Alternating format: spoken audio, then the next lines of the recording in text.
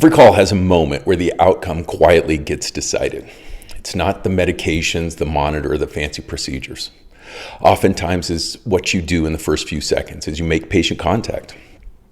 Most bad calls don't only go sideways because someone didn't know a protocol. They go sideways because we rushed the wrong thing. We skipped thinking, or we mistook activity for assessment. I'm Angry Bill, and this is Prehospital Wisdom. We know that medicine's medicine, but we also know pre-hospital providers have special skills, knowledge, and culture that makes things slightly different. Let's raise the bar here. Today we're talking about first actions, what to do, what not to do, and how to decide if this patient is sick or not sick before the call drags you into autopilot. Let's start before you even touch the patient. Your assessment starts before introductions. All of this relates to safety as well, by the way. But in this case, we're talking about distant assessment. You should already be asking yourself, is this scene calm or chaotic? Are people panicking or strangely quiet? Where's the patient positioned? What's their position? How worked up are the first responders and cops? Look at skin color from across the room. Respiratory effort before anyone says a word. The patient's posture, slumped, rigid, guarding, pacing. This is all free information. You already do this as you pull up to car crashes, I bet. You look at the chaos or lack thereof. You look at the damage. You look at how many cars are involved. You get an idea as to what's going on. This is the window assessment. In this case, the assessment is done as you approach a patient, not through a windshield. Even closer, but not quite in contact yet. Form your general impression. If you miss it because you're fiddling with gloves or equipment, that's on you. The patient's behaviors, actions, and surroundings are often more honest than their chief complaint. Now you make contact, and this is where a lot of providers mess it up. Introductions aren't only about being polite, they're diagnostic. Hi, I'm Angry Bill, I'm a paramedic. What's going on today? I'm a paramedic, I'm with the paramedics, however you want to do that. You can make a slight joke like, I'll be your medic for the day, if the patient and others on scene would likely be okay with a bit of dumb humor. You're listening for, can they speak in full sentences? Is their voice strong, weak, hoarse, panicked? Are they confused, attentive, distracted, or appropriate?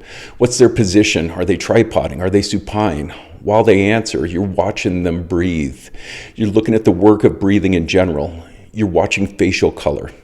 Look for diaphoresis. You're watching effort. Oh, I forgot one more thing you're listening for. Their name. If they don't offer it, ask what you should call them. Use Mr. or Mrs. or Doctor if they introduce themselves with their last name. If you're thinking about the next question, you aren't going to remember what they say their name is. It's embarrassing to ask again, and it's especially embarrassing to ask for the 5th time. Trust me, I know this. I'm awful about this. One trick I have is to ask patients to spell their name later in the call. That way, if I don't remember, they spell it out. But even that can blow up in your face. You don't know how to spell Al? So it's just easier to remember the first time. Get their name and use it. People like to hear their name, and repetition will help you remember it. You're getting data, but introductions are just polite as well, and a great time for the patient to form their impression of you. They can judge your confidence, your competence, and your compassion, so don't forget that.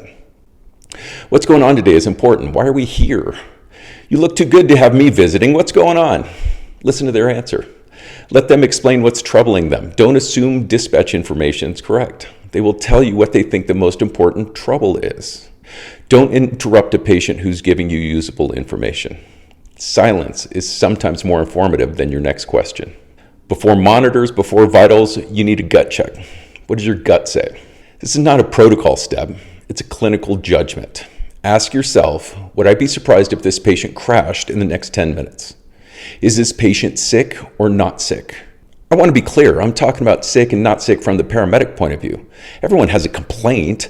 Sick to a paramedic is dying. Stabilization is needed. Work is about to be done. The back of your shirt might come untucked. Not sick still have complaints, but they don't need interventions right now to avoid the worst happening. Sick is a stab wound, not sick is a black eye. Sick is ejected, not sick as the cops called because the airbag deployed and someone needs checked out.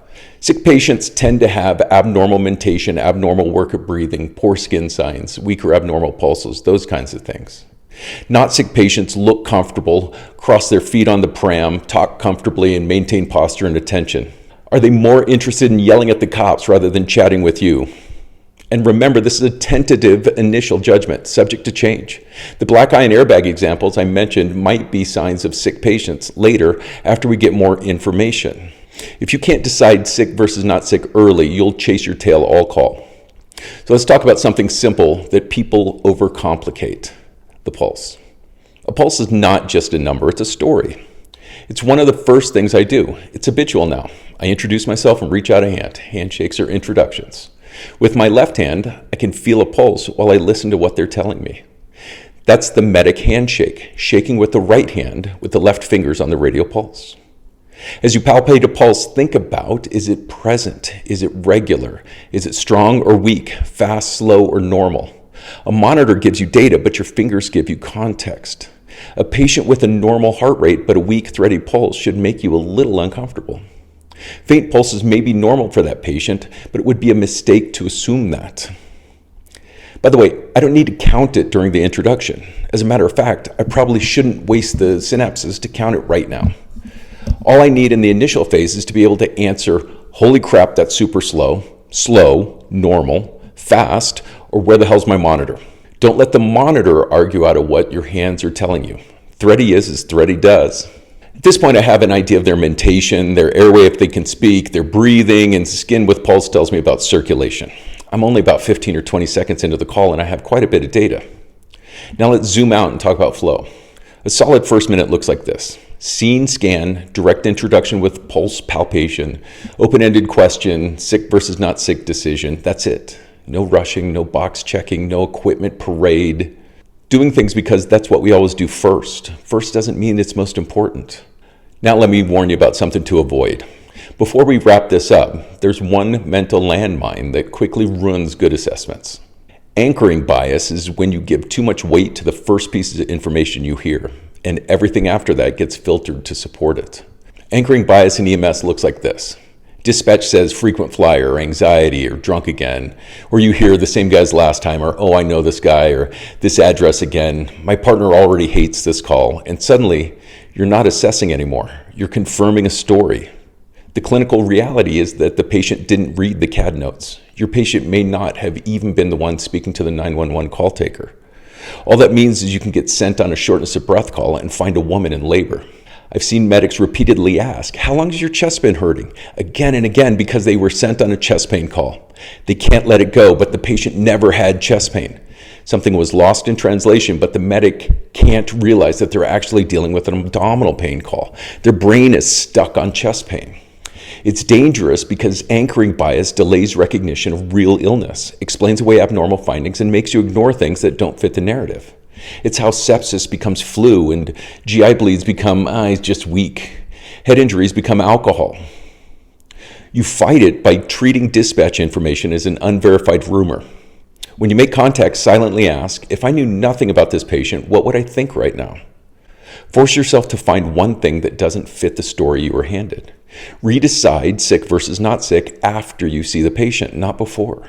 Use dispatch information to get to the patient's location and to get an idea of what to bring into the call initially. From there, clean slate. The most dangerous words on an EMS call are, this is probably just. Probably is where misdiagnoses live. Good clinicians gather data first. Bad habits gather excuses. And that brings us to the mindset that ties all of this together. Good EMS isn't fast hands. Well, not only fast hands. It's fast thinking. If you slow down in the first 60 seconds, you'll speed up the entire call. You don't need permission to think. You don't need a protocol to observe. And you don't need a monitor to know when someone looks bad. Next shift, pick one thing. Whether it's introductions or pulse quality, sick versus not sick decisions, do it deliberately and see what changes. And trust yourself. Even laypersons can generally tell who's sick and who isn't actively dying. What do you think? Did I leave anything out? Do you have a trick for the first few seconds of an EMS call? Let us all know your tricks down in the comments. Make sure to subscribe and share as well. I appreciate all my viewers, so thank you very much. I'm Angry Bill, this is Prehospital Wisdom, and until next time, remember their name.